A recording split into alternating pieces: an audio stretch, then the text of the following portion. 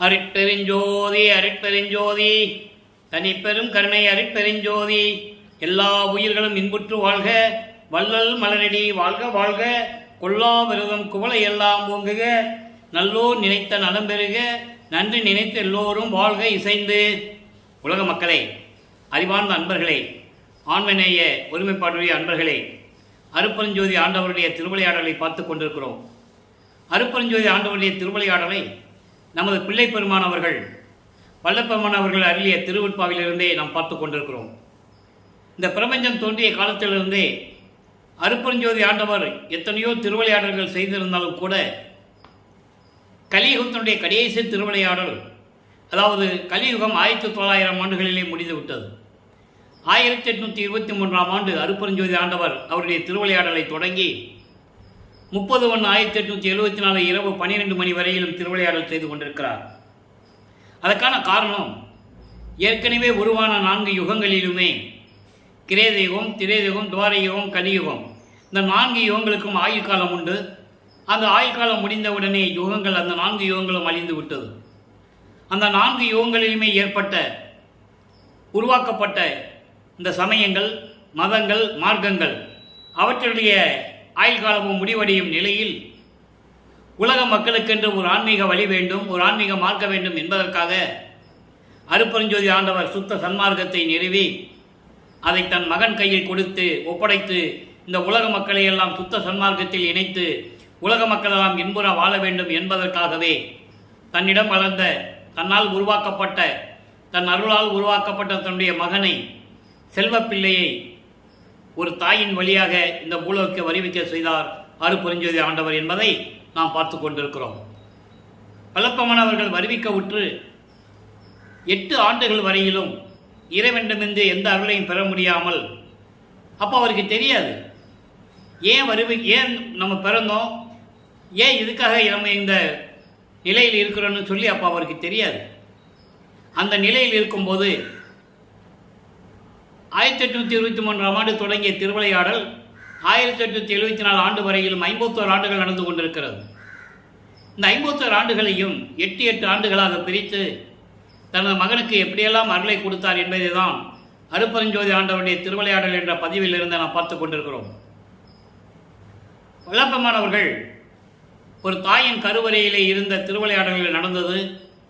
அதன் பிறகு தில்லை தலத்திடையே திரை தூக்க தரிசித்த போது, வெய்வகை மேல் காட்டாதே எந்தனக்கு வெளியாய் காட்டிய மெய்புறவா மெய்ப்பொருளே, அதாவது அருட்பெருஞ்சாண்டவர் தன் மகனுக்கு வெட்ட வெளியாக காட்டிய சிதம்பர ரகசியத்தையும் திருவற்பாவிலே நமக்கு அருளியிருக்கிறார்கள். அந்த விளக்கத்தையும் பார்த்து கொண்டிருக்கிறோம். அதன் பிறகு 1ஆம் ஆண்டிலிருந்து 8 ஆண்டுகள் வரைக்கும் எந்த நிலையிலும் இல்லாமல் இவர் எந்த பள்ளிக்கூடத்தில் போய் பாடசாலைகளையும் கல்வி கற்கவில்லை, யாரையும் குருவாக ஏற்றுக்கொண்டதில்லை.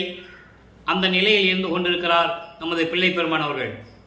அதன் பிறகு 2வது 8 தொடக்கத்தில், அதாவது 9வது ஆண்டிலிருந்து 16 ஆண்டுகளுக்குள் 17 ஆண்டுகளுக்குள் என்ன நடந்தது என்பதை தான் பார்த்து கொண்டிருக்கிறோம்.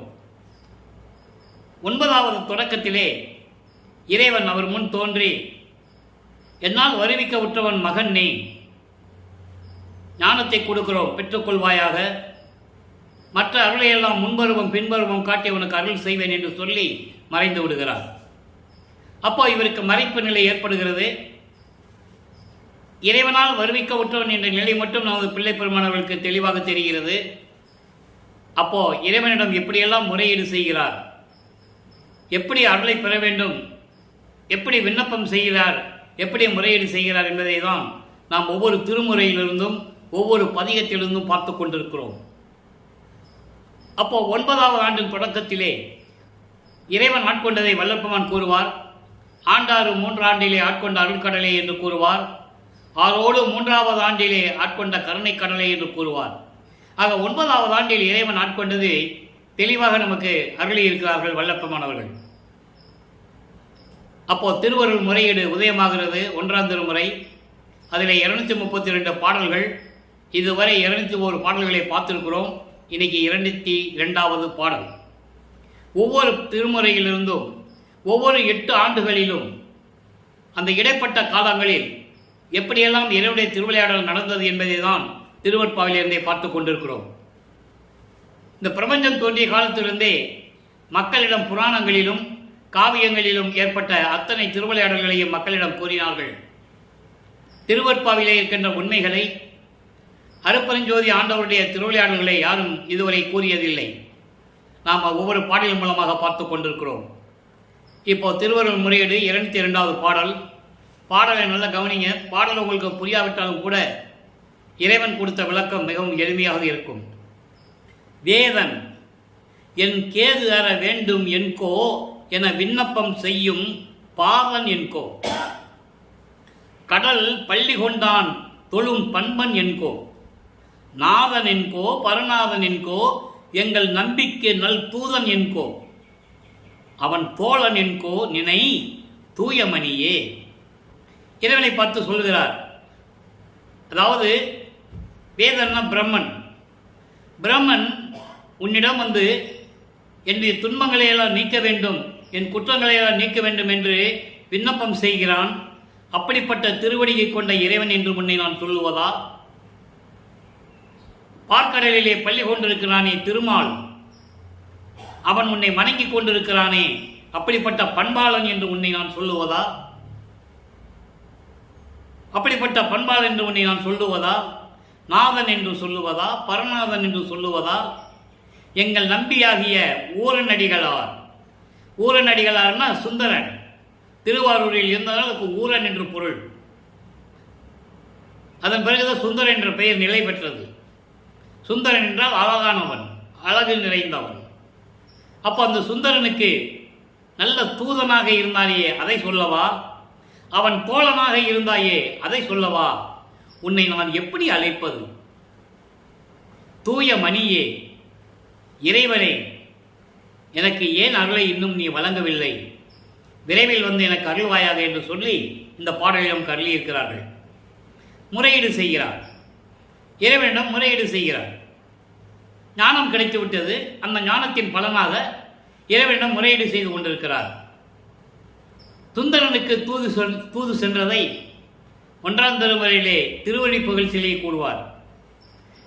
எழில் பறவை இசைய ஆரூர் மருகின் அருள் கொண்டு ராம் முழுவதும் உலவும் பதம். இது தூது சென்றது. பரமனாச்சாரியை காதலித்து விட்டான் சுந்தரர். அவன் போய் பொண்ணு கேட்கும்போது பொண்ணுடைய அப்பா வந்து, உனக்கு பொண்ணு தர முடியாது, நீயே பிச்சை எடுத்து சாப்பிட்டுக்கிட்டு இருக்க, நீ எப்படி என் பொண்ணை காப்பாற்றுவேன்னு சொல்லி பொண்ணு கொடுக்க முடியாதுன்னு சொல்கிறான். அப்போது சிவபெருமானிடம் சுந்தரன் முறையிட சிவபெருமான் தூது சொல்லுகிறார். எழில் பறவை இசைய ஆரூர் மருகில் நடைகொண்டு ராம் முழுவதும் உலவும் பதம், இறக்க நடை கொண்ட பதம், இப்படியெல்லாம் நிறைய சொல்லுவார். இன்தொண்டர் பசியார கச்சூரின் மனைதோறும் இறக்க நடை கொள்ளும் பதம். சுந்தரனுக்கு பசி எடுத்துச்சு. பிச்சை எடுத்ததுனால தான் இவ்வளவு அவல நிலை நமக்கு, இனிமேல் பிச்சை எடுக்கக்கூடாதுன்னு சொல்லி சிவபெருமானிடம் சொல்கிறார். தியாகராஜ பெருமானிடம், நான் இனிமேல் பிச்சை எடுக்க மாட்டேன், என்னுடைய பசிக்கு நீதான் சோறு எடுத்து தரணும். இப்படி தோழனாக இருந்தவன் இறைவனுக்கு. அதனால் சொல்லுகிறார், அவனுடைய தோழன் என்று உன்னை நான் சொல்லுவதா? அவனுக்கு தூது போனாயே உன்னை தூதுவன் என்று சொல்லுவதா? உன்னை நான் எப்படி சொல்லுவது? என்னை வருவிக்க செய்துவிட்டு என்னுடைய துன்பத்தை நீக்காமல் இருக்கிறாயே, விரைவில் வந்து எனக்கு அருள்வாயாக என்று சொல்லி இந்த பாடலை நமக்கு அருளியிருக்கிறார்கள். இப்போ நிலைகள் மாறுகிறது. 13வது ஆண்டில், அதாவது இவருக்கு ஞானம் பிறந்து விட்டது. 13வது ஆண்டில் முதலாக சென்னையை ஏழுகணர் பகுதியிலிருந்து திருவொற்றியூர் செல்லுகிறார். தியாகராஜ பெருமானை வழிபட வேண்டும், எப்படியாவது அருளை பெற வேண்டும் என்ற நோக்கத்தில் அங்கே செல்லுகிறார். ஏன்னா இறைவனால் வருவிக்கப்பட்ட நிலை தெரிஞ்சு போச்சுல்ல, அப்போ எப்படியாவது அருளை பெற வேண்டும் என்று அங்கே செல்லுகிறார். வேறு எந்த நிலையும் அவருக்கு தெரியாது. சமயங்களும் மதங்களும் மார்க்கங்களும் சூழ்ந்திருந்த காலகட்டங்களில் அவர் இருந்ததனால், ஏன்னா அருப்பஞானங்கள் இருக்க வைக்கிறார் அவரை. இதெல்லாம் இருக்கணும், இதெல்லாம் பின்பற்றணும், இந்த நெறிகளெல்லாம் பின்பற்றணும், அப்புறம் இதெல்லாம் பொய்ன்னு மக்கள்கிட்ட சொல்லணும், அப்போ சுத்த சன்மார்க்கத்தை சொல்லணும். இந்த நிலைக்கு தான் அவர் அங்கே இருக்கிறார். அப்போ திருநீறு பூசிக்கொண்டும் உத்தராட்ச மாலையை போட்டுக்கொண்டும் சிவசிவா நமச்சிவாயா என்று பாடிக்கொண்டும் இருந்து கொண்டிருக்கிறார் நமது பிள்ளை பெருமானவர்கள். அப்போ தியாகராஜ பெருமானை பார்க்க போறாரு. அங்கே 2ஆம் திருமுறை உருவாகிறது. ஏற்கனவே கூறியது போல 113 பதியங்கள், 1207 பாடல்கள். ஒவ்வொரு பாடலிலிருந்தும் அவருடைய மனநிலையையும் இறைவனிடம் எப்படியாவது அருளை பெற வேண்டும் என்ற ஏக்கத்தையும் நாம் பார்த்து கொண்டிருக்கிறோம். இப்போ வல்லப்பெருமான் அவர்கள் வருவிக்க உற்று 9வது ஆண்டிலிருந்து 16 ஆண்டுகளுக்குள், அந்த 8 ஆண்டுகளுக்குள் என்ன நடந்தது அதை மட்டும்தான் இப்போ நம்ம பார்த்துட்டு இருக்கோம்.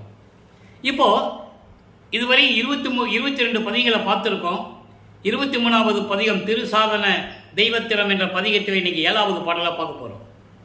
அந்த 22 பதிகங்களுடைய ஒரு சுருக்கம். இவர் திருவொற்றியூருக்கு போகிறாரு, இறைவனை பற்றி பாடுகிறார். நமச்சிவாயா சிவாய நம ஓம் நம சிவாய் என்றால் சிவசிவாய் என்று பாடுகிறார். எந்த விதமான பலனும் இல்லை என்று தெரிந்தவுடனே திருமுல்லை வாயிலுக்கு செல்லுகிறார். திருமுல்லை வாயில் என்ற ஒரு இடம் இருக்கிறது, சென்னையை அடுத்து. அங்கே செல்லுகிறார். அங்கே சென்று மாசிலாமணி என்று உருகி பாடுகிறார், விண்ணப்பம் வைக்கிறார், முறையீடு செய்கிறார். எந்த விதமான பலனும் இல்லை. அப்போ அவர் எங்கே போனாலும் நடந்து தான் போகணும். நல்லா நீங்கள் புரிஞ்சுக்கணும். அதுக்கப்புறம் அண்டங்களுக்கு பறந்து செல்லுவார். பல இடங்கள் இருப்பார். ஒரே உருவத்தில் பல உருவங்களில் பல இடங்களில் இருப்பார். இப்போ அவர் எங்கே போனாலும் நடந்து தான் செல்லணும். அப்போ மனம் வருந்தி இப்படியெல்லாம் நாம் செய்கிறோமே, இறைவன் நம்மளை இந்த பாடுபடுத்துகிறான் என்று சொல்லி திருவழித்தாயம் என்ற ஒரு இடம் இருக்கிறது, அங்கே செல்வார். அங்கேயும் எந்த விதமான பலனும் கிடைக்காது. அப்போது மறுபடியும் திருவொற்றியூருக்கு வந்து தியாகராஜ பெருமானிடம் சொல்லுகிறார். திரு சாதன தெய்வத்திரம் என்பது இறைவனுடைய அருளை போற்றி சொல்லி தனக்கு எப்படியாவது அருளை கொடுக்க வேண்டும் என்று வேண்டுவது. நல்ல பாருங்க.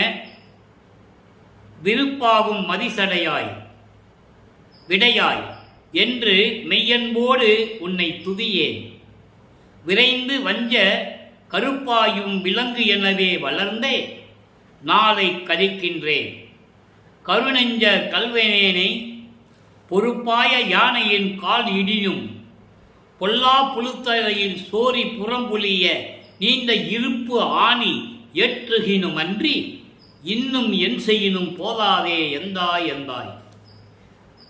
பாடலுடைய சுருக்கம், பாடலுடைய விளக்கம். அதாவது சந்திரனுக்கு விரும்பி சடையிலே அடைக்கலம் கொடுத்த இறைவனே, காலை வாகனம் கொண்ட இறைவனே என்று மெய் அன்போடு உள்ளன்போடு உன்னை நான் துதிக்கவில்லை, வீணாக காலத்தை கழித்துக் கொண்டிருக்கிறேன். நல்லா கவனிக்கணும். இறைவனிடம் சொல்லுகிறார், என்ன சாதனம் இறைவனுடைய வரலை பெறணும்னா எப்படி இறைவனை மனதில் நினைத்து வணங்க வேண்டும். ஆனால் நான் அதை செய்யவில்லை. உள்ளன்போடு உன்னை மனதில் நினைத்து நான் உன்னை வணங்கவில்லை, வீணாக நாளை கழித்துக் கொண்டிருக்கிறேன்.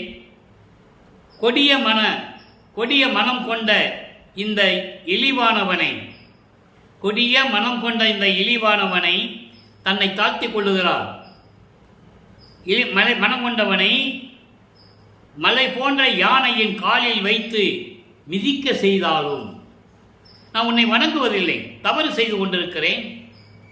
நீயும் வந்து என்னை ஆட்கொள்ள வரவில்லை. என்ன செய்வது?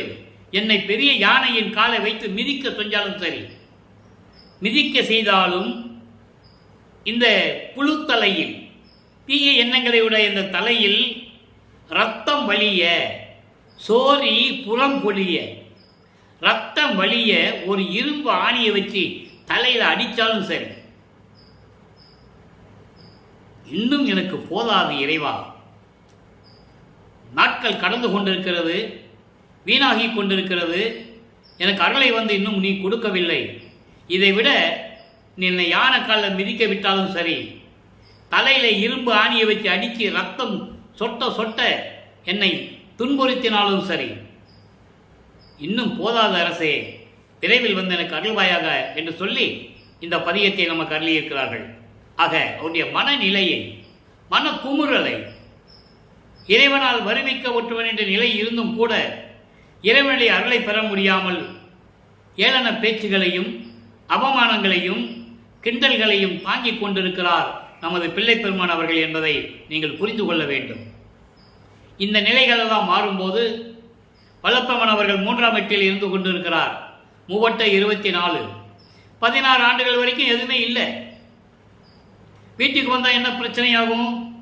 எங்கே போனேன், என்ன பண்ண, ஏன் ஊர் சுற்றிட்டு இருக்க, பேச்சுக்கள் தாங்க முடியல. கூட இருக்கிறவங்க, அங்கே இருக்கிறவங்கலாம், கூடி இருக்கிறவங்கலாம் பாரு பைத்தியக்கார மாதிரி ரோட்டில் அலைஞ்சிக்கிட்டு இருக்கான், சுற்றிக்கிட்டு இருக்கான். பேச்சுக்களை தாங்க முடியவில்லை. வெளியே யாருக்கையும் சொல்லவும் முடியாது. நான் இறைவனுடைய மகன் என்று சொல்ல முடியாது. நான் வறுமைக்கு உற்றவன் என்று சொல்ல முடியாது. அது தெய்வ ரகசியம், காலத்தின் கட்டாயம். அப்போ இந்த நிலையில் இருக்கும்போது வல்லப்பமன் அவர்கள் 3வது எட்டில் அடி எடுத்து வைக்கும்போது 3/24 17வது ஆண்டிலிருந்து, வரிவிக்க உற்ற 17வது ஆண்டிலிருந்து 24 ஆண்டுகளுக்குள் என்ன நடந்தது என்பதை 3ஆம் திருமுறையிலிருந்து பார்த்து கொண்டிருக்கிறோம். 3ஆம் திருமுறை மொத்தம் 235 பாடல்கள், 19 பதியங்கள். இதுவரை நாம் 17 பதியங்களை பார்த்து விட்டோம். இந்த 17 பதியங்களுடைய ஒரு சுருக்கம்.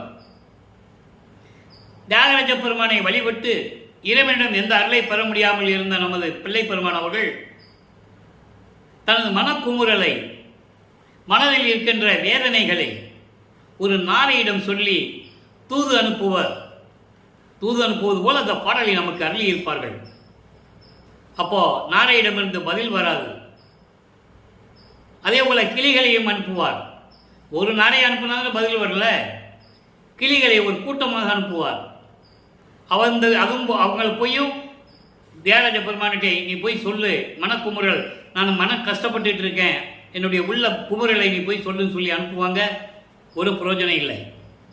அதன் பிறகு ஒரு குறத்தி பெண்ணிடம் குறி கேட்க செல்லுவார். அங்கேயும் குறி ஓடாது, ஒரு பலனும் இல்லை. அதன் பிறகு ஜோசியம் பார்க்க போவார், அங்கேயும் ஒரு நிலை இல்லை. இந்த நிலையில் இருக்கும்போது ஒரு செவிலித்தாய், அதாவது தன்னுடைய உள்ளத்தை செவிலித்தாயாக வர்ணனை செய்து, தன்னை தலைவராகவும் இறைவனை தலைவனாகவும் வர்ணனை செய்து பாடல்களை நமக்கு அருளியிருப்பார்கள். அதையும் நாம் பார்த்தோம். தாய் சொல்லுவாள், செவிலித்தாய் மகளிடம், வளர்ப்பு தாய் சொல்லுவாள், அவனுக்கு திங்கிறதுக்கு சோறு இல்லை, பிச்சை எடுத்துக்கிட்டு இருக்கான், உடுக்க உடை இல்லை, கந்த துணி கட்டிகிட்டு இருக்கான், சுடுகாட்டில் போய் படுத்துருக்கான், கழுத்தில் வேற விஷமுள்ள பாம்பு வேற இருக்குது, நீ அவனை கட்டி பிடிக்கும்போது பாம்பு கொத்துச்சுன்னா என்ன பண்ணுவ? இப்படியெல்லாம் பாடல்களை அருளியிருப்பார்கள். அதற்கு எதிர்ப்பு தெரிவித்து அந்த வேதனையை ஆற்றா விரகம் என்ற பதிகத்திலே இன்னைக்கு 2வது பாடல். ஆற்றா விரகம் என்பது பிரிவை தாங்க முடியாதது, காதலுடைய பிரிவை சகிக்க முடியாத ஒரு நிலை. விரக நோய் என்று சொல்லுவார் வளர்ப்பமானவர்கள். விரக நோய், விரக தாபம். தாபம் என்பது ஏக்கம். அந்த நிலையில் இருக்கும்போது வல்லப்பமானவர்கள் இந்த பதியத்தை நமக்கு அருளி இருக்கிறார்கள். அந்த பாடலை பாருங்க.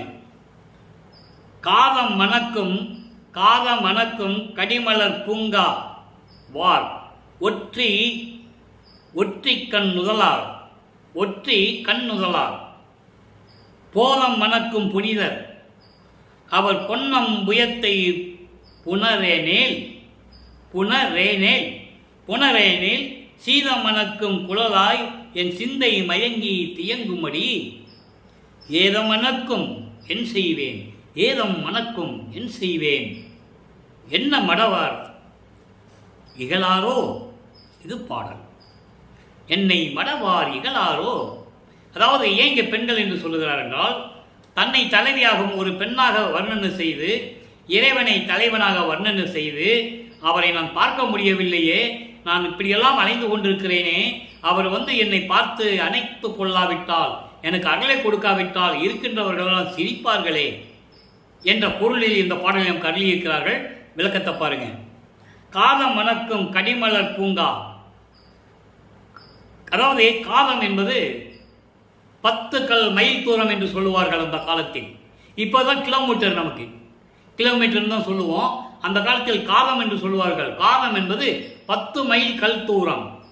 10 மைல் கல் தூரத்துக்கு மணக்கக்கூடிய பூஞ்சோலைகள் உடைய, வயல்களும் நீர்நிலைகளும் சூழ்ந்த திருவொற்றிலே இருக்கின்ற இறைவன், நெற்றிக்கண் உடைய இறைவன், மெஞ்ஞானம் கொண்ட இறைவன், அவர் பொன்னான தோளை நான் அணைத்து கொள்ளாவிட்டால், அவர் எனக்கு அருளை கொடுக்காவிட்டால் சொல்றாரு, வேற ஒன்றும் இல்லை.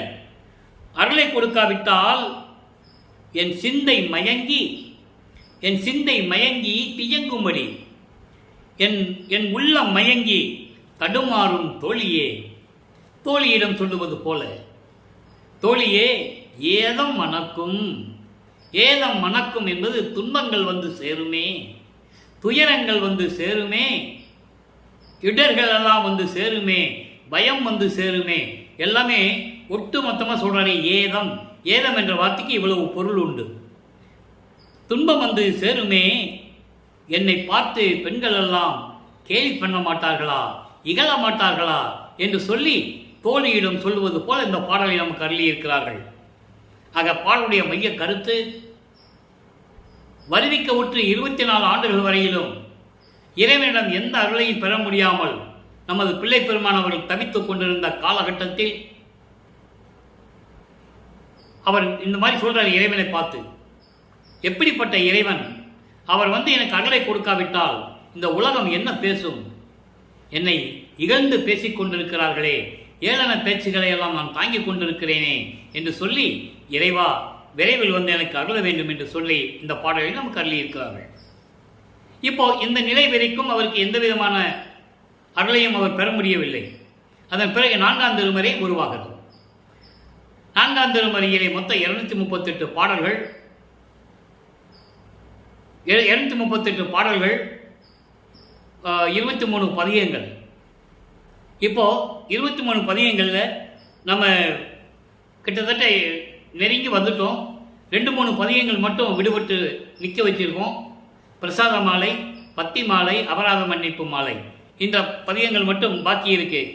அப்போ இந்த 4ஆம் திருமுறையில் இதுவரை பார்த்த பதிகங்களுடைய பாடல்களின் சுருக்கம், இங்கே தான் இறைவன் எப்படி வந்து அருளை கொடுக்கிறார் என்பதை ஒவ்வொரு பாடலின் மூலமாக நாம் ஏற்கனவே பார்த்து விட்டோம். குறிப்பாக வல்லப்பமன் அவர்கள் வருவிக்க உற்று 27வது ஆண்டில் அவர் தனக்கோடி அம்மையாருக்கு திருமாங்கல்யம் பூட்டி தாலி கட்டி அந்த அம்மாவுக்கு மோட்ச வீட்டை காட்டி விமோசனத்தை கொடுத்தது. அதை பாடல்களிலே கூறியிருக்கிறார்கள். அதெல்லாம் விளக்கத்தெல்லாம் நாம் பார்த்து விட்டோம். அருட்பிரகாச மாலையிலே தெளிவாக கூறியிருக்கிறார். எனது திருமணத்தின் போது பிரம்மன், திருமால், ருத்திரன் போன்றவர்களெல்லாம் வந்து வாழ்த்துவதற்காக காத்து கொண்டிருந்தார்கள். என் தந்தை தாயும் வரவில்லை என்றது என் மனம் எப்படி இயங்கியது தெரியுமா? அருப்பெருஞ்சோதி ஆண்டவரும் இப்போ அவருக்கு அருப்பஞ்சாண்டவர் இருக்கிறது தெரியும், சுத்த சன்மார்க்கத்தை வாங்க போகிறது தெரியும், எல்லா நிலைகளையும் தெரியும். அப்போ அந்த கல்யாணத்தை முடித்த உடனே இவர் வெள்ளாடை அணிந்து பற்றுகளெல்லாம் துறந்து உலக விடையாளங்களை எல்லாம் துறந்து இருந்த வீட்டுக்குள்ளேயே கதவை சாத்தி பூட்டிக்கிறார். இனிமேல் நான் கதவை திறக்க மாட்டேன், இறைவனாக வந்து திறக்கட்டும் சொல்லி கதவை பூட்டுகிறார். அப்போ இறைவன் மகனுடைய நிலையை கண்டு அருளை கொடுக்கணுமே, ஆண்டுகள் ஓடிக்கொண்டிருக்கிறது. 51 ஆண்டுகளில் 32 ஆண்டுகள் கடந்து விட்டது, வீணா போச்சு. நீ 19 ஆண்டுகள் தான் இருக்கு. அப்போ இறைவன் எப்படி விண்ணுலகத்திலிருந்து மண்ணுலகத்திற்கு வந்து காலிலே கால் வலிக்க நடந்து வந்து கதவை திறந்து மகனுக்கு எப்படியெல்லாம் அருளை கொடுத்தார் என்பதை 100 பாடல்களிலும் அன்பு மாலை என்ற பதிகத்திலிருந்தும் நாம் இதுவரையில் பார்த்து விட்டோம். அதன் பிறகு ஆனந்த மாலையும் சமுத்திர மாலையிலும் எப்படி இறைவன் போற்றி பாடுகிறார் என்பதையும் இறைவனுடைய அருளை எப்படி பெற்றுக்கொண்டார் என்பதையும் நாம் பார்த்து விட்டோம். இது 4ஆம் திருமுறையுடைய சுருக்கம். இப்போ இந்த நிலையில் இருக்கும்போது வல்லப்பெருமான் அவர்கள் 32வது ஆண்டில் இருக்கும்போது அதை கடந்த பிறகு 33வது ஆண்டிலிருந்து 40 ஆண்டுகளுக்குள் என்ன நடந்தது என்பதையும் பார்த்து விட்டோம். சுத்த சன்மார்க்கத்தை வாங்கியது, சாகா கல்வியை கற்றுக்கொண்டது, அதன் பிறகு அவர் இறைவனிடமிருந்து எந்தெந்த அருளை பெற்றுக்கொண்டார் என்பதை தெளிவாக நாம் பார்த்து விட்டோம். இப்போ வல்லப்பெருமான் அவர்கள் 6வது எட்டில் இருந்து கொண்டிருக்கிறார். 6-8 வல்லப்பெருமானுடைய 41வது ஆண்டிலிருந்து நான் ஏற்கனவே கூறியது போல அன்பர்களே, வல்லப்பெருமானுக்கு வயது இல்லை. அவர் ஒவ்வொரு யுகத்திலேயும் இருந்தவர், பிரபஞ்சம் தோன்றிய காலத்திலேயே இருந்தவர் என்பதை திருவருட்பாவிலே தெளிவாக நமக்கு அருளி இருக்கிறார்கள். அதனால் அவருக்கு பிறப்பு இறப்பு இல்லை. ஒன்று மட்டும் நீங்கள் நல்ல மனசில் வச்சுக்கணும், சுத்த சன்மார்க்கத்தை மக்களிடம் சொல்லுவதற்காகவும் உலக மக்களை எல்லாம் சுத்த சன்மார்க்கத்தில் சேர்த்து அவர்களெல்லாம் இன்புற்று வாழ வேண்டும் என்பதற்காகத்தான் நான் இந்த கலியுகத்தில் வருவிக்க உற்றேன் என்று கூறுகிறார். ஏன்னால் இவர் வருவிக்க உற்றும்போது கலியுகம் நடந்து கொண்டிருக்கிறது. 1823ஆம் ஆண்டு வருவிக்க உற்றார். 1900 ஆண்டு கலியுகம் முடிவடைந்து விட்டது, அவரே சொல்லுகிறார். ஆக இந்த காலகட்டத்தில் அந்த யுகங்களிலே எப்படியெல்லாம் இருந்தார் என்பதை தெளிவாக அவர்கள் நமக்கு அருளி இருக்கிறார்கள். அதனால் இந்த கலியுகத்தில் வருவிக்க உற்றேன் என்று கூறுகிறார். அது பாடல்கள் எல்லாம் உண்டு. ஏற்கனவே கூறியது போல அகத்தை கருத்து புறத்தை வெளுத்திருந்த உலக அனைவரையும் சகத்தை திருத்தி சன்மார்க்கத்தை அடைவித்திட எப்படி சொல்றார் பாருங்க. எல்லா உலக மக்களை எல்லாரையும் சுத்த சன்மார்க்கத்தில் சேர்த்து அவரும் இகத்தை பரத்தை பெற்று மகிழ்ந்திடுவதற்கென்றே இந்த உலகத்திலே எல்லாவற்றையும் பெற்றுக்கொண்டு மகிழ்வோடு வாழ வேண்டும் என்பதற்காகவே என்னை உகத்தே என்றால் இந்த யுகத்தில் கலியுகத்தில் இறைவன் வருவிக்க உற்றேன் அருளை பெற்றேனே என்று கூறுவார். அப்போ இப்போ வல்லற்பமானவர்கள் எதுக்கு வருவிக்க உற்றார் என்பதை நாம் தெளிவாக பார்த்து விட்டோம். 6ஆம் திருமுறை அதாவது எப்படி உருவாச்சு, 41வது ஆண்டிலிருந்து 48 ஆண்டுகளுக்குள் வல்லப்பெருமானவர்கள் கருங்குழி என்ற கிராமத்திலே உறைவிடமாக கொண்டிருந்தார்கள். சுத்த சன்மார்க்கத்தை வாங்கிவிட்டு சுத்த சிவஞான வழிக்கு சென்று அங்கே மகனை வரவேற்கிறார் அருட்பெருஞ்சோதி ஆண்டவர். சிங்காசனத்திலே அமர வைத்து மணிமுடி சூட்டி எப்படியெல்லாம் அருளை கொடுத்தார் என்பதை இன்னைக்கு நம்ம பார்க்க போகிறோம். நல்ல கவனிங்க. இப்போ வல்லப்பெருமானவர்கள் கருங்குழியை விட்டு பார்வதியூர் மக்கள் தானமாக கொடுத்த இடத்திலே தர்மசாலையை நிறுவி 23/5/1867 ஆண்டு ஒரே நாளிலே தர்மசாலையை நிறுவி அன்றே ஜீவர்களுக்கு பசியாற்றினார். பசியை போக்கிக் கொண்டிருக்கிறார். அன்று ஏற்றி வைத்த அணையா அடுப்பு இன்றும் எரிந்து கொண்டிருக்கிறது. பிரபஞ்சத்திலேயே இறைவனால் பற்ற வைத்த ஒரே அடுப்பு வடலூரில் தர்மசாலையில் இருக்கின்ற அணையா அடுப்பு என்பதை இங்கே நான் பதிவு செய்ய கடமைப்பட்டிருக்கிறேன். எத்தனையோ கோயில் அன்னதானம் பண்ணுறாங்க, இல்லைன்னு சொல்ல முடியாது. என்ன அடுப்பு அணைச்சிருவாங்க, அதுக்கப்புறம் பற்ற வைப்பாங்க. ஆனால் இங்கே அப்படி இல்லை. அடுப்பு அணையா அடுப்பு எரிந்து கொண்டே இருக்கும். இறைவன் திருவருளால் நடந்து கொண்டிருக்கிறது. இப்போ இங்கே இருந்து கொண்டு தர்மசாலையில் இருந்து கொண்டு என்னென்ன நடந்தது என்பதை பாடலின் மூலமாக நாம் பார்த்து கொண்டிருக்கிறோம். அதற்கு முன்னாக ஒரு நிகழ்ச்சி 1869ஆம் ஆண்டு நீதிமன்றத்திலே போய் எப்படி திருவற்பாதான் மக்களுக்கு ஏற்றது என்ற தீர்ப்பை பெற்றுக் கொண்டு வந்தார் என்பதையும் பார்த்து விட்டோம். இப்போ 6ஆம் திருமுறையிலே அவருடைய நிலையை எப்படி உலக மக்களுக்கு தெரிவிக்கிறார் என்பதை பார்த்து போகிறோம். தலைவி கூறல் என்ற பதிகம் 6ஆம் திருமுறை 113வது பதிகம். நல்ல கவனிங்க. இதை ஒரு தோழியிடம் சொல்லுவது போல, அவருடைய மனக்குமுறலை ஒரு தோழியிடம் சொல்லுவது போல இந்த பாடலை நமக்கு அருளியிருப்பார்கள். நல்லா கவனிச்சுக்கிட்டே வரணும். ஐயர் எனக்கு உள்ளிருந்து இங்கு அறிவித்த வரத்தை. இங்கு என்பது பூலோகத்தில். ஏற்கனவே எல்லாவற்றையும் அங்கே சுத்த சிவனாயில் வாங்கி கொண்டு அவர் தந்தை அருட்பெருஞ்சாண்டவர் கூறுகிற மகனை பூலோகத்திற்கு சென்று வா, மிச்சதையெல்லாம் பின்னால் பார்த்துக்கலான்னு சொல்லி அனுப்பிடுறார். ஏன்னா இன்னும் ஆண்டுகள் இருக்கு. இன்னும் எத்தனை ஆண்டுகள் இருக்கு? 3 ஆண்டுகள் இருக்கு. அந்த நிலையில் இருக்கும்போது அவருடைய நிலையை தன்னை தலைவியாகவும் இறைவனை தலைவனாக வர்ணனை செய்து எப்படியெல்லாம் இறைவனுடைய திருவிளையாடலை கூறுகிறார் என்பதை பார்க்க போகிறோம். ஐயர் எனக்கு உள்ளிருந்து இங்கு அறிவித்த வரத்தை. நான் இறைவனால் வருவிக்க விட்டிருந்த பூலோகத்திற்கு சமயங்களிலும் மதங்களிலும் மார்க்கங்களில் இருந்து கொண்டிருந்த போது எனக்கு சுத்த சன்மார்க்கத்தை கொடுத்து எனது கடவுள், ஐயர் என்பது கடவுள், எனது கடவுள் அருட்பெருஞ்சோதி ஆண்டவர் கொடுத்த வரத்தை, என் உள்ளிருந்து அறிவித்த வரத்தை, என் உள்ளத்திலிருந்து எனக்கு அறிவித்த அந்த அருளை, கொடுத்த அருளை யார் அறிவார்? யாருக்கும் தெரியாது. யார் அறிவார்? நான் அறிவேன். நான் அறிவேன். அவர் அறிவார் அல்லால் பொய் உலகர் அறிவாரோ? யாருக்கு தெரியும் பொய் உலகர்? பொய்யான வாழ்க்கையில் வாழ்ந்து கொண்டிருக்கின்ற உலக மக்களுக்கு எப்படி தெரியும்? அவரை தவிர யாருக்கு தெரியும்? நான் அறிவேன், அவர் அறிவார். அவரை தவிர பொய் வாழ்க்கையில் இருந்து கொண்டிருக்கின்ற உலக மக்களுக்கு எப்படி தெரியும்? சமயங்களையும் மதங்களையும் மார்க்கங்களில் கூறப்பட்ட நெறிமுறைகளை பின்பற்றிக் கொண்டு அதன் சங்கரப்ப விகற்பங்களில் ஈடுபட்டு கொண்டு சைவ சமயத்தை சேர்ந்தவர்கள் திருநீறு பூசிக்கொண்டும் உத்திராட்ச மலை அணிந்து கொண்டும் வைஷ்ணவ சமயத்தை சேர்ந்தவர்கள் நாமமிட்டு கொண்டும் இது இயற்கையாகவே நடந்து கொண்டிருக்கிறது காலங்காலமாக. அப்போ அவங்களுக்கு எப்படி தெரியும்? பொய்யான வாழ்க்கையை வாழ்ந்து கொண்டிருக்கிறார்கள், அவர்களுக்கு எப்படி தெரியும்? புல்லறிவால் சொல்லிட்டாரா? புல்லறிவு. புல்லறிவு என்றால் சமயங்களையும் மதங்களையும் மார்க்கங்களையும் பின்பற்றி கொண்டு அந்த மார்க்கங்களில் இருக்கின்ற நெறிகளை பின்பற்றி கொண்டு அதான் புல்லறிவு. புல்லறிவால் பலவாறு பலவிதமாக சொல்லுகின்றார்கள். அவருடைய மனதில் இருக்கிறதை வெளிப்படையாக உலக மக்களுக்கு தெரிவிக்கிறார் பாடல்களின் மூலமாக. அந்த நிலைதான் அவருக்கு இருந்தது. அப்போ அதை நீங்கள் நல்லா புரிஞ்சுக்கணும். கூட இருந்தவர்களும் அவரை ஒரு பொருட்டாக நினைக்கவில்லை. ஏதோ சாமியார் இருக்கிறார், ஏதோ சில சித்து வேலைகள்லாம் செய்கிறார், இப்படி அவங்க நினைச்சாங்க. அதனால தான் வல்லப்பமான வறுமைக்கு விட்டு கிட்டத்தட்ட 202 ஆண்டுகள் ஆகிறது இல்லையா?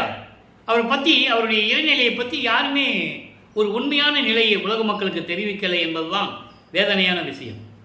அவர் இந்த பாடலில் சொல்கிறார், இப்படி என்னை சுற்றி இருக்கிறவங்கெல்லாம் பல விதமாக பேசுகிறாங்க, அது கேட்டு புந்தி மயக்கலையே தோழியிடம் சொல்லுவது போல, மனதிடம் சொல்லுவது போல உலக மக்களுக்கு சொல்கிறாரு.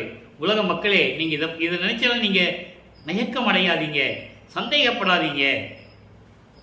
மெய்யர் என்னை ஆளுடையார் வருகின்ற தருணம் மேவியது.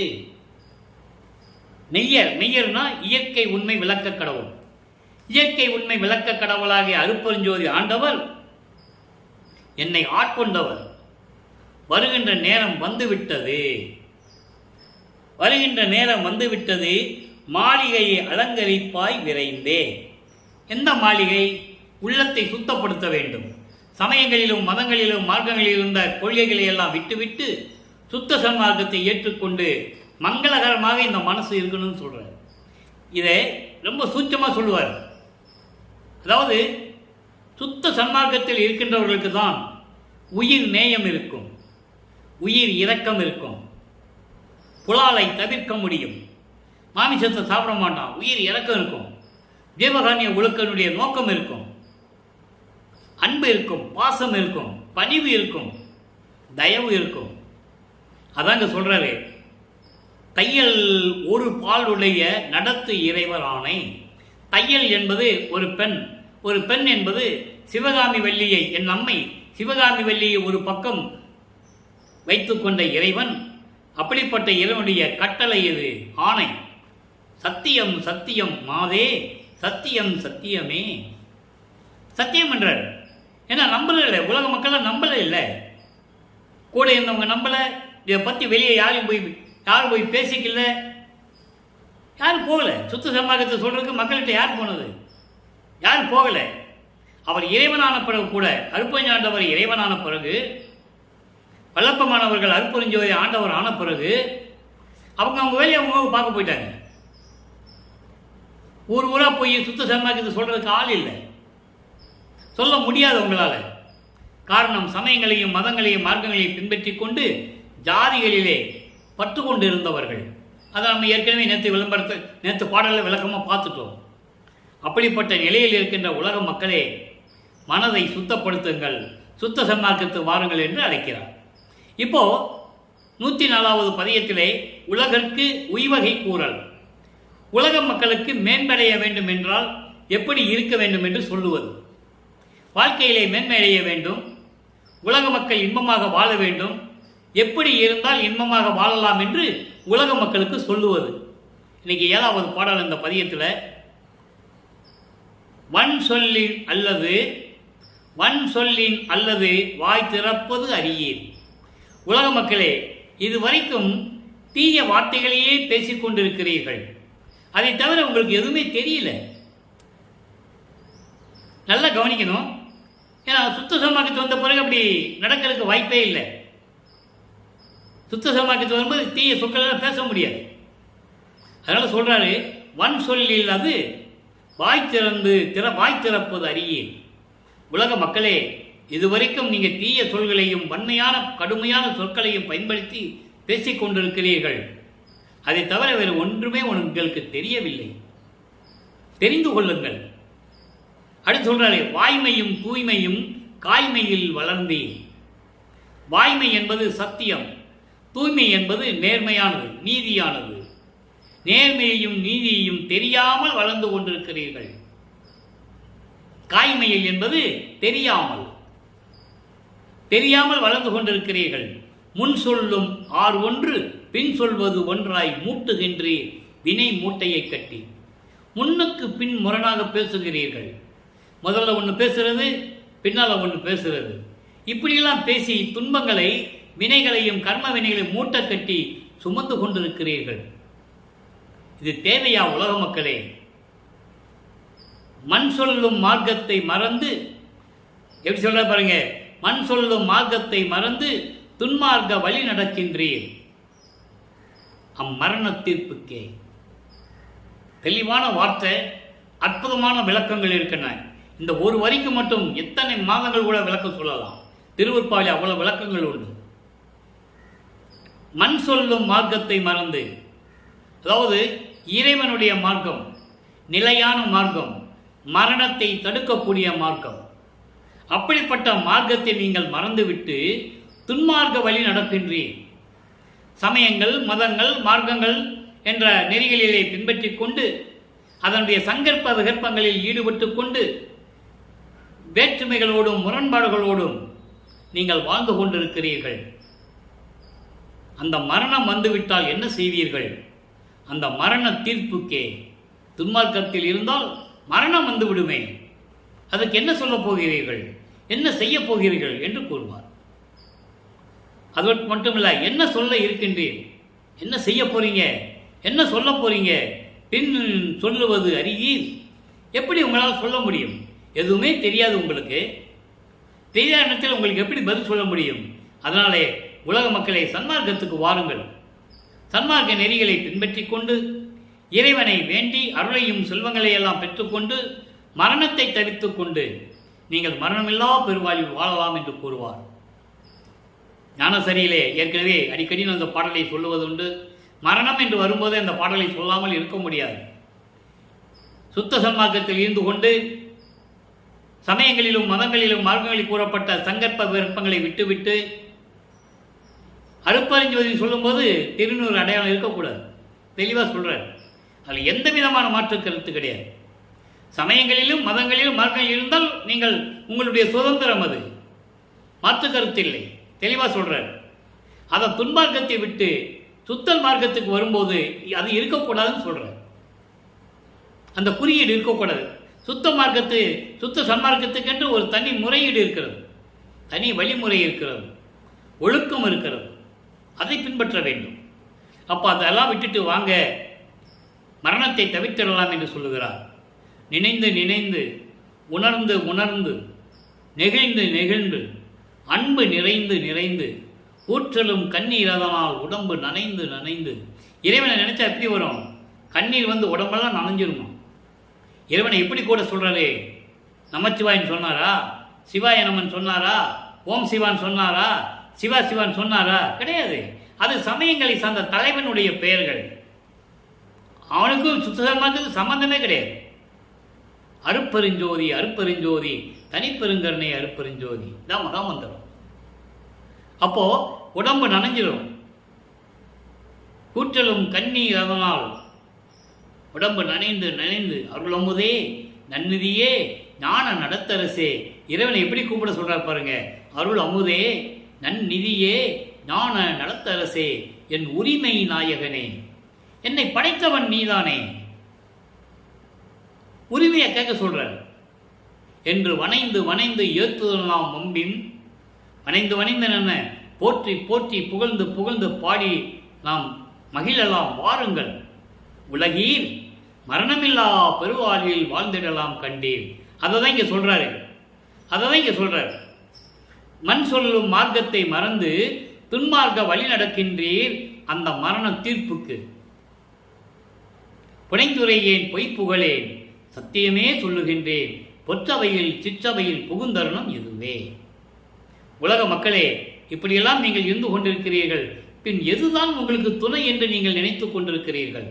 பித்து உலகிலே அறியாமையில் இருந்து கொண்டிருக்கின்ற உலக மக்களே, வாருங்கள், சுத்த சன்மார்க்கத்திற்கு வாருங்கள் என்று கூவுகிறார், அதாவது அழைக்கிறார். இப்போ 105வது பதிகம் பாருங்க. புனித குலம் பெருமாறு புகழல். புனித குலம் எது? சமரச சுத்த சன்மார்க்க சத்திய சங்கம். சுத்த சன்மார்க்க சங்கம். அதை எப்படி பெறுவது? வந்து பெற்றுக்கொள்ளுங்கள் என்று கூறுவது. உலக மக்களிடம் கூறுவது இன்னைக்கு 2வது பாடல். அருமையான பாடல். பாடலை நல்லா கவனிங்க. உலகியல் விளக்கம் வேறு, இந்த பாடலுடைய நூல் விளக்கம் வேறு. ஆனால் இறைவன் கொடுத்த சுத்த சன்மார்க்க விளக்கம் என்று ஒன்று இருக்கிறது. ஒவ்வொரு பாடலுக்கும் உண்டு. நீங்கள் கவனிங்க. காடு வெட்டி நிலம் திருத்தி காட்டு எருவும் போட்டு கரும்பை விட்டு கடு விரைத்து கழிக்கின்ற உலகீர், கூடு விட்டு போயின பின் எது புரிவீர் இங்கே, குடியிருப்பீர் ஐயோ நீர் குறித்து அறியீர் இங்கே, பாடுபட்டீர் பயன் அறியீர், பாலுக்கு இறைத்து கழித்தீர் பட்டதெல்லாம் போதும், இது பரமன் ஒரு தருணம், ஈடுகட்டி வருவீரேல் இன்பம் மிக பெறுவீர், என்மை உரைத்தேன் அல்லேன், என்மை உரைத்தேன் அல்லேன். பொய் சொல்லலேன்னு சொல்றார். கற்பனையாகவோ எடுத்து விட்டு நான் சொல்லலேன்னு சொல்றார். அதாவது என்மை உரைத்தேன் அல்லேன், நான் உண்மை உரைத்தனே. இது பாடல். இந்த பாடல் பாருங்க, உலகியல் விளக்கம் அப்படின்னா, காட்டை வெட்டி மரம் செடி கொடிகள்லாம் நிறைஞ்சிருக்கும், அதை வெட்டி நிலத்தை திருத்தணும். அப்போ அதெல்லாம் வெட்டணும், வெட்டி உழுகணும். பயிரிடுவதற்கு ஏற்ற நிலமாக அதை உழுகணும். உழுதாச்சு, காட்டு எருவும் போட்டாச்சு, இயற்கை உரத்தையும் போட்டாச்சு, போட்டுட்டு கரும்புக்கு பதிலாக புல் நட்டிக்கிட்டு சந்தோஷமா இருக்கிறீங்க. கரும்புக்கு பதிலாக கடு விரைத்து கழிக்கின்ற உலகி. கரும்பு பதிலாக புல்லை போட்டுக்கிட்டா உங்களுக்கு என்ன பலன் கிடைக்கும்? கூடு விட்டு போன பின், இந்த உடம்பை விட்டு உயிர் போன பின் என்ன உங்களால் செய்ய முடியும்? இந்த பூலோகத்தில் எங்கே நீங்கள் குடியிருப்பீங்க? எங்கே வாழ்வீங்க? உயிர் போயிடும். இந்த கூடு விட்டு உயிர் போன பிறகு, அதாவது மரணம் வந்த பிறகு சொல்றாரு, மரணம் வந்து விடுமே, அப்போ போய் எங்கே நீ குடியிருப்ப? ஐயோ நீ இது குறித்து அறியீர். இந்த மண்ணுலகிலே பூலோகத்தில் இதெல்லாம் தெரியாம உலக மக்களை நீங்கள் வாழ்ந்து கொண்டிருக்கிறீர்களே, பாடுபட்டீர் பலன் இல்லை, பாடுபட்டீர் பலன் இல்லை, பாலுக்கு இறைத்து கழித்தீர், வீணான நாட்களை கழித்துக் கொண்டிருக்கிறேன், நாட்களை வீணடித்துக் கொண்டிருக்கிறேன், பட்டதெல்லாம் போதும், இது பரமர் வரு தருணம், அருப்பெருஞ்சோதி ஆண்டவர் வருகின்ற தருணம், ஈடுகட்டி வருவீரே. ஈடுகட்டினா என்ன அர்த்தம்? எல்லாரும் சேர்ந்து வரணும். உலக மக்கள் அனைவரும் சேர்ந்து நீங்கள் வந்தேறீர்கள். ஆனால் இன்பம் மிக பெறுவீர், இன்பத்தை பெறுவீர், அருள்களை பெறுவீர், அருள் செல்வங்களை பெற்றுக் கொள்ளுவீர், எல்லாம் உங்கள் வாழ்க்கையும் இன்பமாக இருக்கும் என்று சொல்லி, நான் இதை பொய்யாக சொல்லவில்லை, கற்பனையாக சொல்லவில்லை, உண்மையை சத்தியமாக சொல்லுகிறேன் என்று சொல்லி இந்த பாடலை அள்ளியிருக்கிறார்கள். இது உலகியல் விளக்கம். காடு விட்டுறது, நிலத்தை திருத்துறது, நிலத்தை உழுகிறது, தண்ணி பாய்ச்சுறது, எருவு போடுறது, கரும்புக்கு பதிலாக புல்லை வளர்க்கிறது, இதெல்லாம் பாடலுடைய விளக்கம். இது நூல் விளக்கம். சுத்த சன்மார்க்க விளக்கம் பாருங்க, அருமையான விளக்கம். இது இறைவன் இந்த அடியனுக்கு அளித்த விளக்கம் என்று சொல்லிக் கொள்வதில் பெரும் மகிழ்ச்சி அடைகிறேன். உலக மக்களே, இதுவரையில் சமய மத மார்க்க நெறிகளால் பின்பற்றி கொண்டு இந்த மனித பிறவி எடுத்த இந்த உடம்பை பாதுகாக்க தெரியாமல் மகிழ்ச்சியாக வாழ்கின்றோம் என்று நினைத்துக் கொண்டிருக்கிறீர்கள். உலக மக்களே, இந்த பிரபஞ்சம் தோன்றிய காலத்திலிருந்தே சமயங்களையும் மதங்களையும் மார்க்கங்களை சார்ந்த நெறிகளை பின்பற்றி கொண்டு இந்த மனித பிறவி எடுத்த இந்த உடம்பை பாதுகாக்க தெரியாமல் மகிழ்ச்சியாக வாழ்கின்றோம் என்று நினைத்துக் கொண்டு இருந்து கொண்டிருக்கிறீர்கள். உயிர் இந்த உடம்பை விட்டு போன பின் என்ன செய்ய போகிறீர்கள்? இந்த பூலோகத்தில் எப்படி வாழப் போகிறீர்கள்? ஐயோ, இதை பற்றி தெரியாமல் நீங்கள் வாழ்ந்து கொண்டிருக்கிறீர்களே என் அருமை உலக மக்களே. இதுவரையில் வாழ்ந்து என்ன பயன் அடைந்தீர்கள்? இதுவரை வாழ்ந்து என்ன பயன் அடைந்தீர்கள்? வீணாக காலத்தை கழித்துக் கொண்டிருக்கிறீர்கள். துன்பப்பட்டதெல்லாம் போதும் உலக மக்களே. இப்பொழுது அருப்பெருஞ்சோதி ஆண்டவர் வரும் நேரம் வந்துவிட்டது. சுத்த சன்மார்க்கம் துளங்கிவிட்டது. எல்லோரும் ஒன்றாக கூடி சேர்ந்து சமய மத மார்க்க நெறிகளை விட்டு அருப்பெருஞ்சோதி ஆண்டவரின் மேல் பேரன்பு கொண்டு வந்தீர்கள் என்றால் பேரின்பமாக வாழலாம். மரணமில்லா பெருவாழ்வில் மரணமில்லா பெருவாழ்வில் வாழலாம். இதை நான் பொய்யாகவோ கற்பனையாகவோ சொல்லவில்லை. உண்மையைதான் சத்தியமாக சொல்லுகின்றேன் என்று சொல்லி இந்த பாடலை நமக்கு அருளியிருக்கிறார்கள். முதல்ல சொன்னது உலகியல் விளக்கம். காடை வெட்டுறது, திருத்துறது, நிலம் உழுகிறது, தண்ணி பாத்துறது, கரம்புக்கு பதிலாக புல்லை போட்டு வேஸ்ட்டாக வீணான நாட்களை கழித்து கொண்டிருக்கிறது, பாடுபட்டு என்ன பலன் இல்லை என்று ஏங்குவது, அதெல்லாம் உலகியல் விளக்கம். இப்போ சொன்னது சுத்த சன்மார்க்கத்தின் அந்த பாடலுடைய விளக்கம். இப்போ பாருங்க, இந்த நிலையில் இருக்கும்போது சமயங்களையும் மதங்களையும் மார்க்கங்களையும் சார்ந்து கொண்டிருந்த உலக மக்கள் பிரபஞ்சம் தோன்றிய காலத்திலிருந்தே இருந்து கொண்டிருக்கிறார்கள். படிப்படியாக வழிப்படியாக ரத்தத்தில் ஊறிச்சு. மாற்றணும்னா ஒரே நாளில் மாற்ற முடியாது. அதைதான் சுத்த சன்மார்க்கத்தை உருவாக்கி உலக மக்களை எல்லாம் சுத்த சன்மார்க்கத்தில் சேர்த்து உலக மக்களெல்லாம் இன்புற்று வாழ வேண்டும் என்பதற்காகத்தான் வல்லப்பெருமான் அவர்கள் இந்த பூலோகத்திற்கு வருவிக்கு விட்டார் என்பதை நீங்கள் புரிந்து கொள்ள வேண்டும். அதை அகவலிலே கூறுவார். ஆன்ற சன்மார்க்கம் அணிபெற என்னைத்தான் இன்று அமுதளித்த இனிய நற்றாயே. அதற்காக நான் வருவிக்க விட்டேன் என்று சொல்லுகிறார். ஆனால் யாருமே மக்கள்கிட்ட சொல்லலை. அதான் விஷயம். அதாவது உலக மக்கள் சமயங்களிலும் மதங்களிலும் மார்க்கங்கள் இருக்கிறார்கள், இருக்கட்டும், அது அவங்களுடைய சுதந்திரம். அங்கு இருக்கும்போது பல விதமாக பல வழிபாடுகளை செய்து கொண்டு பல கர்த்தாக்களை வழிபட்டுக் கொண்டிருப்பார்கள். சைவ சமயத்தை சேர்ந்தவர்கள் சிவபெருமானையும் வழிபட்டுக் கொண்டிருக்கிறார்கள். கௌபாரம் முருகன், காணாபத்தியம் விநாயகன், சௌரம் சூரியன், அம்மன், சாகதம், இப்படி பல சமயங்களை சேர்ந்த தலைவர்களை வழிபட்டுக் கொண்டிருக்கிறார்கள். அது அவர்களுடைய சுதந்திரம். ஆனால் அந்த சமயங்களிலும் மதங்களிலும் மார்பில் சொல்லப்பட்ட நெறிகளிலே நமது வல்லப்பவன் இருந்தார் என்பது உண்மை. அவரே சொல்றாரு. இதை யாரும் மறுக்க முடியாது இல்லையா, மறுத்து பேச முடியாது. அவரே சொல்றாரு, நான் இருந்தது உண்மை. அதனால தானே இவ்வளவு பாடல்கள், இவ்வளவு திருமுறைகள் உருவாச்சு. அப்ப ஏன் வேண்டாம்னு சொன்னாரு? அதையும் நீங்க புரிஞ்சுக்கணும். சுத்த சன்மார்க்கத்துக்கு வரும்போது இதெல்லாம் தேவையில்லை. சமயங்களும் மதங்களும் மார்க்கங்களும் ஒளிந்து விட்டது. இனிமேல் அது மக்களுக்கு எந்த விதமான பயனும் இல்லை என்று சொல்லுகிறார். அதை இந்த பாடலில் சொல்றாரு. பட்டதெல்லாம் போதும், இது பரமர் வரும் தருணம், பாடுபட்டி பயன் அறியே. அந்த ஒரு வரிக்கு தான் இவ்வளவு விளக்கம் சொல்ல வேண்டியிருக்கு. பாடுபட்டீங்க, என்ன பலன் அனுபவிச்சீங்க? ஒண்ணுமே இல்லையே. வீணாக நாட்களை கடத்தி கொண்டிருந்தீர்கள், வீணாக நாட்களை போக்கிக் கொண்டிருந்தீர்கள், கழித்துக் கொண்டிருந்தீர்கள் என்று சொல்லுகிறார். அடுத்து பாருங்க, சுத்த சிவநிலை என்ற ஒரு பதிகத்திலே ஒரு பாடல், 17வது பாடல். நல்லா கவனிக்கணும். இவர் சமயங்களிலும் மதங்களிலும் மார்க்கங்களில் இருக்கும்போது எந்த விதமான அருளையும் பெற முடியவில்லை, 32 ஆண்டுகள் வரைக்கும். அதன் பிறகு எப்படியெல்லாம் அருளை பெற்று எல்லெந்த அருளை பெற்றுக் கொண்டார் என்பதை நாம் ஏற்கனவே பார்த்து கொண்டு வருகிறோம். இந்த சுத்த சிவநிலையில் என்ன சொல்றாருன்னு பார்ப்போம்.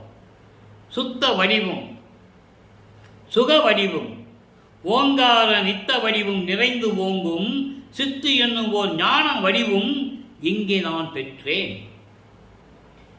இந்த பூலோகத்தில் இறைவனால் வருவிக்க உற்று நான் சமயங்களிலும் மதங்களிலும் மார்க்கங்களில் இருந்தபோது எந்த விதமான பலனையும் அடைய முடியாமல், அதன் பிறகு என்னுடைய தந்தை இறைவனுடைய கட்டளையால் ஒரு மகனே, அதெல்லாம் வீணான காலம் கழித்து விட்டாய், அது தேவையில்லை என்று சொன்ன பிறகு, சுத்த சன்மார்க்கத்தை பெற்ற பிறகு எனக்கு சுத்த தேகமும் பிரவண தேகமும் ஓங்கார நித்த வடிவும் நிறைந்து ஓங்கும் சித்து என்னும் ஓர் ஞான தேகம். எப்படி சொல்ற பாருங்க, ஞான தேகம் பெற்று விட்டாலே போதும், எல்லா சித்துகளும் வந்துவிடும். அப்போ எல்லாரையும் பெற்றுக்கொண்டேன். 3 தேகங்களையும் நான் இங்கே பெற்றேன். எங்கே? பூலோகத்திலே.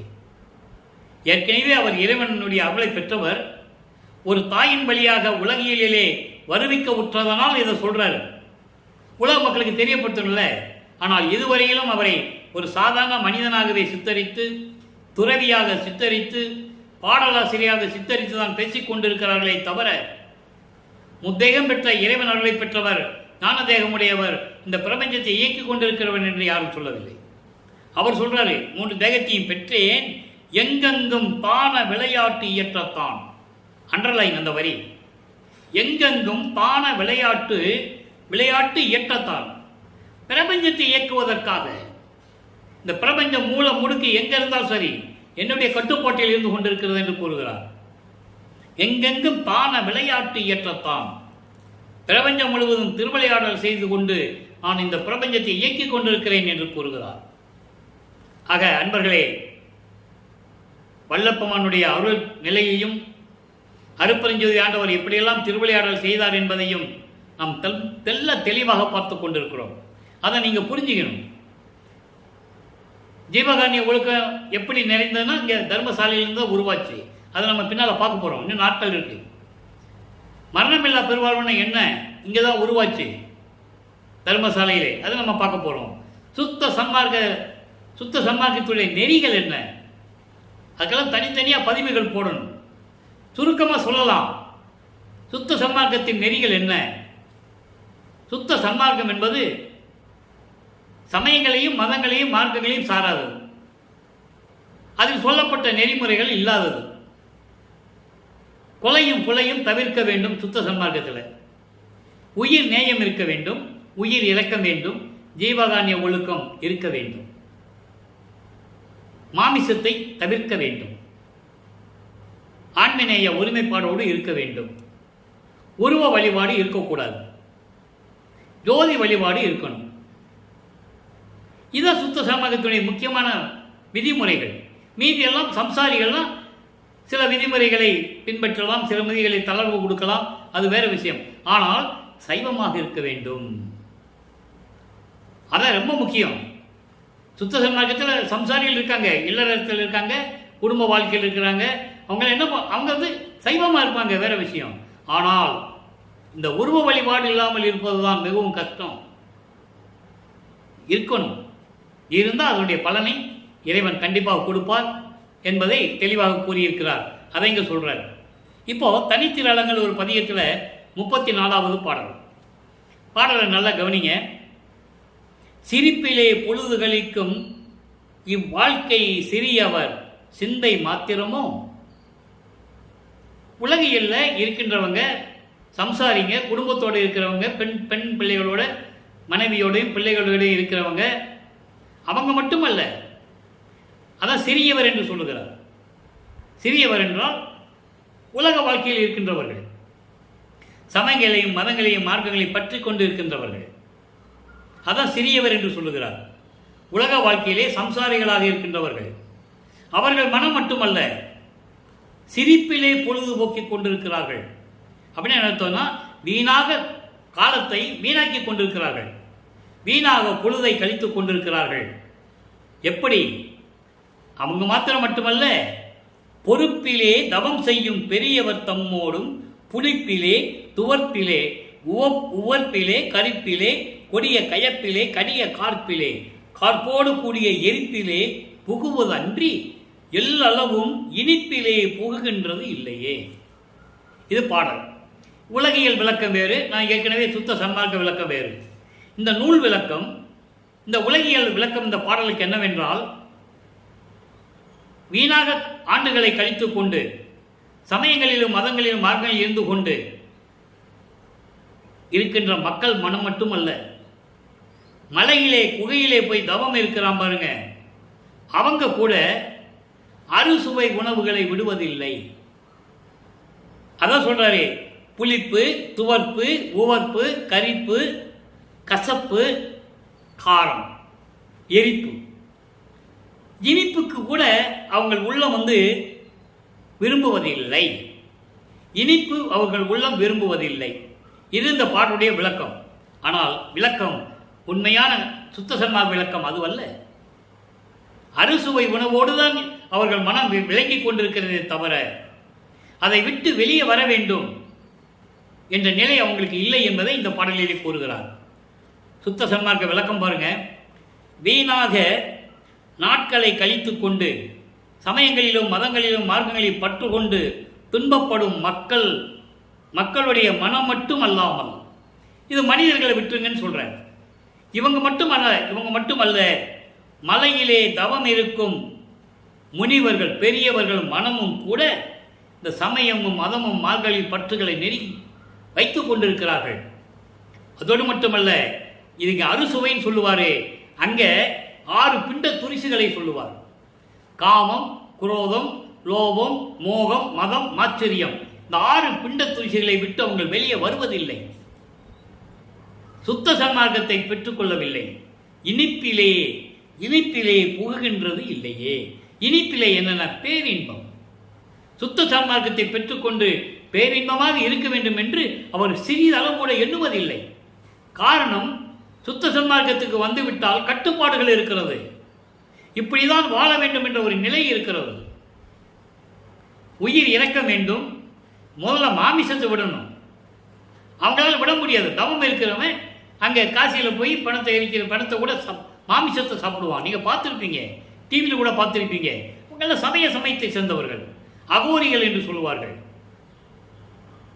அவங்க அந்த நிலையை விட்டு வர முடியாது. அவங்க அப்படிதான் இருப்பாங்கன்னு சொல்றாரு. இன்னும் இனிப்பிலே புகுகின்றது இல்லையே எல்லளவும். பேரின்பத்தை தரக்கூடிய சுத்த சன்மார்க்கத்தை மேற்கொண்டு இருக்க வேண்டும் என்ற ஒரு சிந்தனை எல்லளவு கூட இல்லை என்று சொல்லுகிறார். சிறிதளவு கூட இல்லை என்று சொல்லுகிறார். தவம் இருக்கிறவங்க கூட அப்படி இருக்கிறாங்கன்னு சொல்றார். அதனால்தான் மகாதேவ மலையில் ஒரு பாட்டில் சொல்லுவார், அன்பர்களே, ஒரு விளக்கம் சொல்லும்போது இன்னொரு விளக்கம் கண்டிப்பாக சொல்ல வேண்டிய கட்டாயத்தில் இந்த வள்ளலார் ஊழியன் இருக்கிறேன். கற்பங்கள் பல கோடி செல்ல தீய கனல் நீடு ஊசி மேல் காலை ஊன்றி நிற்பவருக்கு ஒழித்து உணவின்றி, அதாவது இந்த பொற்புற மெய் உணவின்றி உறக்கமின்றி, இந்த பொன்னான உடம்ப உணவு இல்லாம உறக்கம் இல்லாம எலும்பு தோல்மா நிற்கிறான். எழுந்து புலப்பட ஐம்புரியும் ஓம்பி, எலும்பு புலப்பட ஐம்புரியும் ஓம்பி நிற்பவருக்கு ஒழித்து, மறைக்கு ஒழித்து, அமரருக்கு ஒழித்து, நீன் யோக முனிவருக்கு ஒழித்து இறைவனை பார்க்க முடியல அவங்க. ஏன்னா அவங்க அந்த நிலையில் இல்லை. மனத்தை ஒரு நிலையை கட்டுப்படுத்த முடியவில்லை அவங்களால்.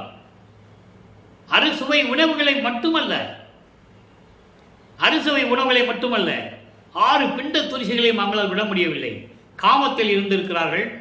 புராணங்களிலும் காவியங்களிலும் உண்டு. முனிவர்கள் எல்லாம் காமத்தோடு திளைத்துக் கொண்டிருந்தார்கள் என்பதை எத்தனையோ இடங்களில் சுட்டிக்காட்ட முடியும். வல்லப்பமானும் திருவருட்பாவிலே நமக்கு அருளி இருக்கிறார்கள். முளை மதத்தை இன்னும் விட்டார்களே என்று சொல்லுவார். முளை மதம் என்பது காமம். காமத்தை இன்னும் விடவில்லை வானவர்கள் தேவர்கள் என்று சொல்லுவார்.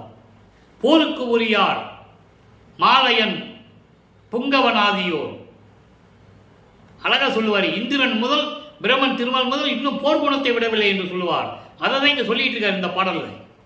புளிப்பு, இனிப்பு, புளிப்பு, காரம், துவப்பு, உரப்பு இதெல்லாம் ஏன் சொல்றாரு? அவருடைய மனநிலை அப்படி இருந்து கொண்டிருக்கிறது. அவங்களால் பிண்ட துரிசுகளை விட்டு வெளியே வர முடியவில்லை. ஏன் வர முடியவில்லை? சமயங்களிலும் மதங்களிலும் மார்க்கங்களிலும் பற்று கொண்டிருக்கிறார்கள். சுத்த சன்மார்க்கத்தை பெற்றுக்கொண்டால் அதை விட்டு வெளியே வந்து விடுவார்கள். அதான் சொல்றாரு, எல்லளவும் இனிப்பிலே புகுகின்றது இல்லையே. பேரின்பத்தை பெற வேண்டும், இறைவனுடைய அருளை பெற வேண்டும் எண்ணம் சிறிதளவோடு அவங்களுக்கு இல்லை என்று கூறுகிறார்.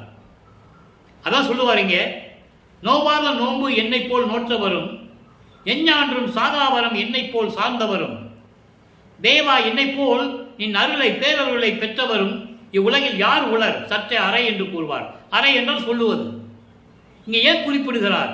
மலையில் தவம் இருக்கின்ற முனிவர்கள் கூட அந்த 6 பிண்ட துரிசைகளை நீக்க முடியவில்லை அவங்களால். காரணம், சுத்த சன்மார்க்கத்தை அவங்கள் பெற விரும்பவில்லை. பெற்றுவிட்டால், சுத்த சன்மார்க்கத்தை ஏற்றுக்கொண்டால் அங்கே ஒழுக்கத்தில் இருக்க வேண்டும். தனி மனிதனுடைய ஒழுக்கம் மட்டுமல்ல, உயிரினுடைய நேயம் இருக்க வேண்டும். இந்த நிலையில் அவர்கள் இருந்து கொண்டிருக்கிறார்கள் என்பதை வல்லப்பமானவர்கள் இந்த பாடலில் அருளியிருக்கிறார்கள். எனவே இந்த பாடல்களின் மூலமாக இறைவனுடைய திருவிளையாடலையும் வல்லப்பமானவர்கள் எப்படியெல்லாம் அருளை பெற்றுக் கொண்டார் என்பதையும், உலக மக்களை எப்படி சன்மார்க்கத்திற்கு அழைக்கிறார் என்பதையும், இப்படிப்பட்ட நிலைகளை எல்லாம் திருவருட்பாவிலே கூறியிருப்பதை நாம் பார்த்துவிட்டோம்.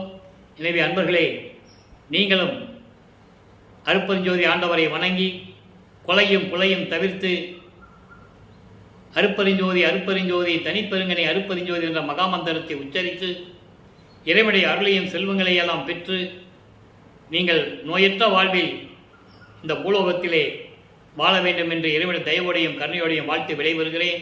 இந்த வள்ளலார் ஊழியன். மீண்டும் நாளை சந்திப்போம். நன்றி, வணக்கம். அருட்பெருஞ்சோதி அருட்பெருஞ்சோதி தனிப்பெருங்கருணை அருட்பெருஞ்சோதி. நாளையும் இறைவனுடைய திருவிளையாடல் தொடரும். திருவிளையாடலை கண்டு மகிழ்ந்து ரசித்து இறைவனுடைய அருளை பெற்றுக் கொள்ளுங்கள். இந்த அடியோனுடைய ஊழியனுடைய வள்ளலார் ஊழியனுடைய வேண்டுகோள், அருட்பெருஞ்சோதி ஆண்டவருடைய திருவிளையாடலை திருவுட்பாவிலே எப்படியெல்லாம் நமது பிள்ளை பெருமானர்கள் அருளியிருக்கிறார்கள் என்பதை நீங்கள் தெரிந்து கொள்ள வேண்டும் என்ற ஒரே காரணம்தான் திருவுட்பாவை மக்களிடம் கொண்டு போய் சேர்க்க வேண்டும் என்ற ஒரே நோக்கம்தான் இந்த வள்ளலார் ஊழியருக்கு உண்டு என்பதை தெரிவித்துக் கொண்டு விடைபெறுகிறேன். மீண்டும் நாளை சந்திப்போம். நன்றி, வணக்கம். அருட்பெருஞ்சோதி அருட்பெருஞ்சோதி, தனிப்பெரும் கருணை அருட்பெருஞ்சோதி.